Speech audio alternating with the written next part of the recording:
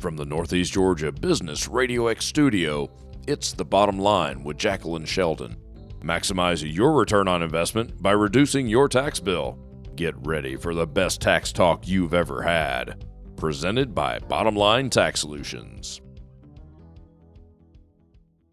Hello, Jacqueline. Hi, Tom. How are you? I am doing great. How are you today? You know, I have a quandary. Okay.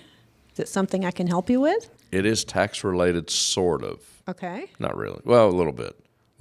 And hopefully this isn't going to start into a big blown-out fight. Oh, no. I'm not sure that I want to have this discussion. Well, I know I have to go to sleep eventually.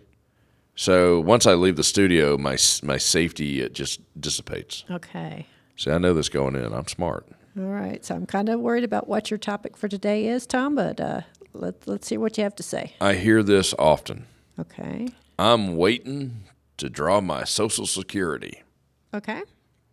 I don't know what I'm talking about, but earliest anyone could draw is 62 years of age. And when I say Social Security, I mean government benefits. Right. And you are correct. The earliest age that someone can draw against their Social Security benefits is at age 62. 62.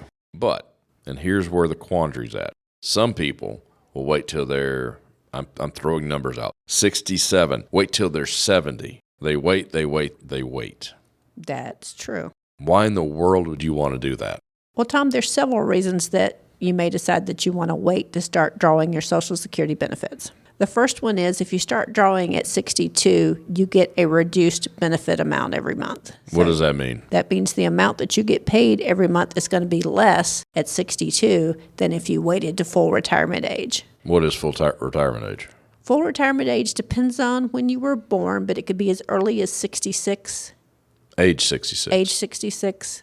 And then, or 67. Right. Then it can go up to 67 in so many months if you're born after 1960. So it really depends on when you were born. After 60. So you're born after 1960. It's going to be 67 plus so many months. You know, if you were born earlier, it could be as early as 66. So basically you're saying I'm going to not draw my benefits for 4 to 5 years, hoping that I get more in the outcome? Right, because every year you delay, your Social Security benefits go up 8%. Okay, so if your full retirement age was at 67 and you delay, you get another 8% in monthly benefits going forward. 8% of what you would have gotten when you were 62 5 years ago? Of what you would have gotten at full retirement age at 66. So let's back up for just a minute. Okay, there's a lot of numbers flying around now. There is. So at 66 or 67, whatever your full... Let's go with 67. Okay, let's just say your full retirement age is 67. A lot of people are born after 1960 now. That is true. So let's just say you're at a 67 full retirement age. Let's go with that. That's what your benefit amount is calculated on. If you draw before, that benefit is reduced. If you wait and draw after age 67, then that benefit increases by 8% every year that you wait. Now, once you hit age 70, then you've maxed out, and it won't go up any further. So I'm going to use just round numbers because I'm slow. Okay. If I draw at 67, I get $100. Mm-hmm. If I draw at 62, I get, 40% less? Or can I draw at 62? Can I draw at 62? You can draw at 62. There again, that's early. Yeah, you're drawing early, so it's $100 minus a percentage. Yes, you're going to get less. Whatever that percentage is. Than you would if you waited until your full retirement age at 67. Okay, now wait a minute. Now, I don't draw at 67, I draw at 70. Okay. So I get 24% more, Yes. 8% a year. Mm-hmm. We're using round numbers. Right. So it can make a significant difference in the monthly payment. But then the thing you have to think about is you're going to be drawing less years if you wait until 70 than if you started at age 62. You're drawing a smaller benefit that is permanently reduced, but you're drawing for more years. It's permanently reduced. Mm-hmm. So you draw at 62. When you hit 67, it doesn't jump back up. It does not. It is permanently reduced. So I guess you have to sit and do a lot of long math to figure out where it all equals out at. Right, and there's a lot of calculations that would go into play there to try to determine as far as how much money you could actually draw. And the other thing you have to consider is, do you have other income? Because if you draw before full retirement age, every year there's a cap on the amount of earned income a taxpayer can receive and still draw that full Social Security benefit. If you earn more than that annual cap, you have to pay some of that Social Security benefit back to Social Security. What is an annual cap? I'm slow. You're using big words. Okay. Well, it's a certain amount that Social Security sets every year that you can earn without having income. As income, W-2 income, business income. I was about to ask you, what is considered income? Earned income, money. Dividends? Nope. Investments? That's not considered earned income. That's important to know. What about rental properties? Nope. Earned income. Earned income, not passive income. Or not passive Did income. I just use a big word? You did. Are you proud of me? I am. That's what happens when you've been around an accountant for like 15 years. Just saying. Osmosis. Exactly. Osmosis. So, where were we? What were we even talking about? We were talking about... The fact that you have to pay Social Security benefits back. Right. So that changes every year. So you need to know what that amount is. So if you're still working, that may be a reason to delay those Social Security benefits because you may have to pay some of it back. Also, if you don't need the money, you may want to wait. It makes more sense to let that benefit go up and not draw as early if you don't really need the money. And then number 3, if you have other income, then chances are you're going to pay tax on some of that Social Security benefit as well. Right. Okay, here's the argument part of the portion. Okay. Program. Part of the portion. Wow, I can't talk today. What happens if you die at 64? And hey, no day is promised. You might live to 103. You Right. might die at 63. Right. And nothing is promised, so it's kind of like life insurance. You're kind of gambling on when you may pass away. Now, if you're married, your spouse may be able to draw against your benefits. If the spouse, let's say, didn't work and doesn't qualify for Social Security benefits, your spouse could draw against your benefits. Or if your spouse's benefit is lower than yours and you pass away, then your spouse could draw a higher benefit based on your earnings as opposed to their earnings, which would give them a lower benefit. So there still might be a way that your Social Security gets paid out, but it would be to your surviving spouse. What if you never drew it? Would your spouse still get it? Yes, your spouse still has the option to draw it. To draw that amount. Instead of their own, or just, like I said, if they don't have enough Social Security credits to draw Social Security, they can do survivor. How long can benefits. the spouse do that? Ever and ever, amen? Until they die.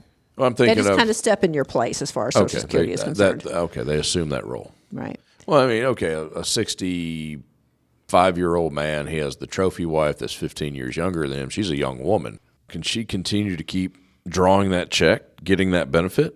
Well, it depends on several factors. If she is supporting a child under the age 16, then yes, she could continue to draw those survivor benefits. That's a percentage. But it is a percentage. I believe it's a little over 71% that she could draw as survival benefits at that point in time.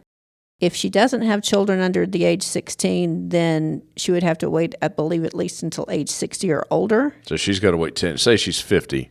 She's got to wait 10 years to draw any benefit. Right. And there again, it would be a reduced amount. The longer she waits to draw, the higher percentage of the deceased person's benefit Just like would the you be able normal to get. benefit thing. And then if she is full retirement age or older, in this case, we're talking about a spouse that was trophy significantly wife, younger. basically, But yeah. if she was full retirement age or older, then she could get 100% of the deceased spouse's benefit. But only if the spouse had a higher benefit. Yes. Because if she has benefits, let's say she was a trophy wife and never worked, Right. Then she would only be able to draw as a spousal benefit. Right. And if she had her own earnings and she had her own benefit, then she could decide which one she wanted to draw from, either the spousal benefit or her own benefit. At 60, she could just start drawing the spousal benefit, and then when she received full retirement age, if her benefit was higher, she could switch. She could switch. Mm-hmm. But now, sort of on the same lines, forget the trophy wife thing. The spouses are roughly the same age. If husband and wife are both receiving a check, a benefit, I shouldn't say check, a benefit. Right. One of the spouses dies. That check goes away. Right. That check goes away, but then the surviving spouse could either continue drawing their benefit or they could do the survivor benefit if the deceased spouse's benefit was higher. Well, they're going to pick the highest one. Right. They're going to go the higher of the But two. the other one goes away. Right. They can't receive both. The surviving my spouse point. will receive theirs or the spouse's, depending on which one is higher. So their income just went down basically 45%, or I'm making up a number. That is correct. That's hard. That is hard. That's very hard. And that's something that taxpayers really need to, when they're doing their estate planning, they need to kind of think about that. I don't think anyone really thinks about that till it happens. Right, because your income is being cut at that point in time. If you were used to having 2 Social Security checks Right. coming in, now you're losing one of those. It could cut your benefit in half. I'm getting 1,000, you're getting 1,100. All of a sudden, whoever's getting 1,100 dies. Right. Or it doesn't matter who dies. Right. Then You're only getting 1,100. You're not getting 2,100. exactly. So that makes a big impact on Yeah.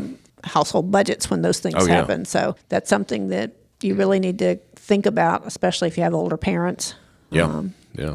Or and they- yourself. I mean, right. at any age yourself. If they're living off Social Security, that their income's going to be cut. So you got to kind of plan for that ahead of time. Wow. I guess so. Very good. Personally, and I know nothing, I'm just a podcast host, right? The very first day I can get Social Security, I want my money. They can keep 8%, they can keep 20%. I don't care. That's my money. Another thing that my clients will often mention to me when we're talking about drawing Social Security benefits is they're concerned that will Social Security still be around once they hit age 70? I said that when I was 20 years old. By the time I get there won't be anything left. Exactly. So that's a whole nother thing that taxpayers seem to be concerned about is if I wait until 70, will the money still be there? Right. It's your money. It is your money. It is your money. And it should be there, but who's to say that it will be? As we know, the government's That's tapped a whole into, different podcast. Yeah, tapped into Social Security funds for other things. Over and over and over and over again. And then you have the whole baby boomer generation where you have more people that are now drawing Social Security benefits than you have people paying in to Social Security. So that's another thing. There's a heavier draw on the Social Security benefits now and less being paid in. Curious question. As they cut tax rates, does that affect Social Security? What's going in? Income tax rates, no, but there is a Social Security earnings cap every year. The rate has stayed the same, but the amount of money a taxpayer pays Social Security benefits on, It doesn't or change. taxes on, no, it changes every year. It does. Okay. So it goes up. In 2024, it's a little over $160,000 in earnings. Once you hit $160,000, you no longer pay the Social Security tax on that. Oh, the first 160. That you earn. And every year that goes up. So just depending on what that Social Security cap is for the year, that determines how much you're paying into Social Security. If you're earning over $160,000, then it caps off there. You've maxed out the most that you would pay in for a year. I got you. Hey, I know people personally who died before they ever drew, and they purposely waited so they can get $10 more a month. I know. And it breaks my heart. Yeah. Well, unfortunately, as we've talked before, we have no way of knowing. Oh, and I know. That's my point. The first day I can get it, sign me up. Well, there you go. I'm dead serious. And a lot of people feel that same way. They'd rather go ahead and take it early and know they're going to get some benefit for what they've paid in over their working life, as opposed to possibly getting nothing or Social Security going bankrupt and it not being available. Yeah. Or maybe they have no quality of life once they draw it. Yeah, that's true. I mean, enjoy it while you can, folks. It don't last forever. That's for sure. Cool.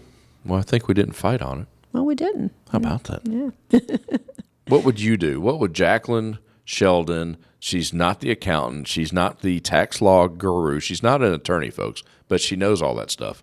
What would Jacqueline Sheldon, just the regular, everyday Jackie girl, what would she do? Well, I've thought about this quite a bit, and as I am heading towards that 62-year-old. We all are, believe me. Number where I have to start thinking about what I would do. I personally do plan to continue working Because you're able to. for as long as I physically and you mentally don't want to can. go. You don't want to go crazy by not working. That's true. So that's going to be a factor in determining whether I decide to draw early or whether I decide to wait until retirement age, because I don't want to have to pay back benefits and I don't want to have to pay taxes on my benefits. So that'll have an impact.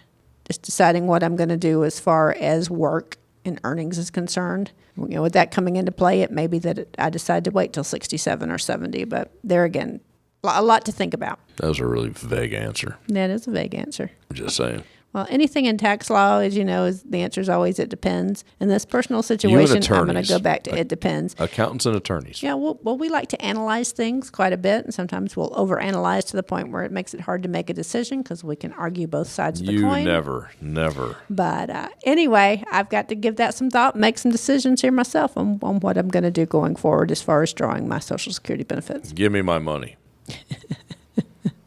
Okay. All right. Is that everything? I think that's it. How do folks get a hold of you? Is there websites, social media?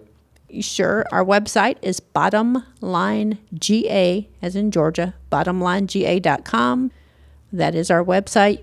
We have links to all of our social media there. We are on Facebook. We're also on Twitter and on LinkedIn. So you can find us on any of those platforms. Cool. Well, folks, hopefully that has cleared up the big question of when do I draw Social Security? Probably not, but hey, it's probably food for thought. I'm Tom, she's Jacqueline, and that's the bottom line. For more information on today's topic, reach out to Jacqueline and her tax professionals at Bottom Line Tax Solutions, 678-866-4048, or visit bottomlinega.com for all your tax planning, tax preparation, and tax problem-solving needs.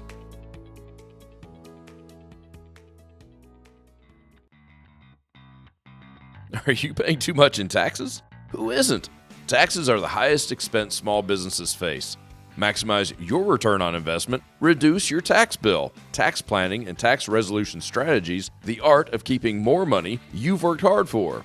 Schedule your free tax planning consultation by visiting bottomlinega.com. That's bottomlinega.com.